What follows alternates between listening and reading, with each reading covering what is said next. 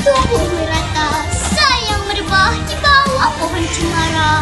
Assalamualaikum, mulanya kata, saya sembah membuka bicara. Hai, Assalamualaikum, salam sejahtera dan salam Malaysia Madani. Saya Aira Erina dari PBPSS Serania SG Aitawa. Pada hari ini, sekolah kami telah mengadakan sambutan Hari Raya Aidilfitri. Berbagai juadah yang dihidangkan, jom kita saksikan.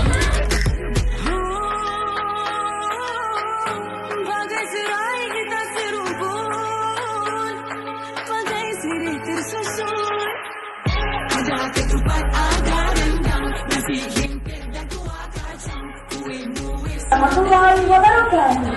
Kami dari Belajar akan mempersembahkan lagu raya bertajuk Diam-diam Kecepatnya.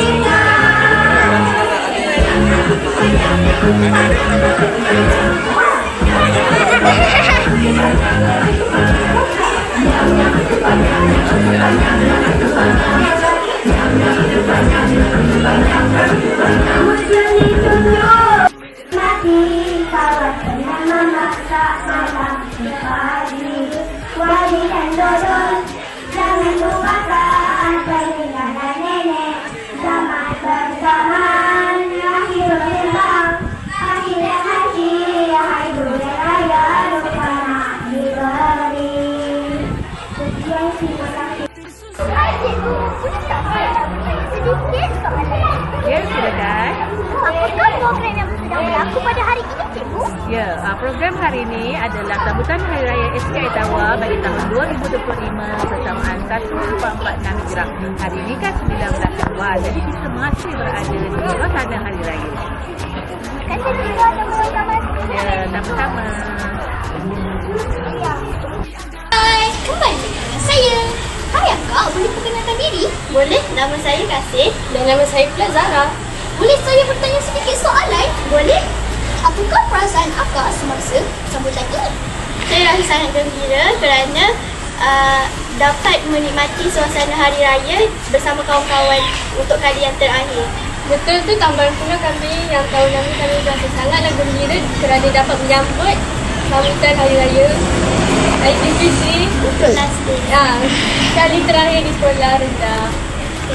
Kau favourite kuih raya akak? Favourite kuih raya saya ialah semperit. Awak pula? Saya pula suka sarang semut kerana dulu-dulu saya selalu buat sarang semut dengan mak saya. Jadi saya rasa gembira dapat makan sarang semut. Terima kasih meluangkan masa dan atas jawapan kita. Boleh saya bertanya sedikit soalan? Okey. Apakah perasaan cikgu semasa zaman terakhir cikgu di sekolah ini?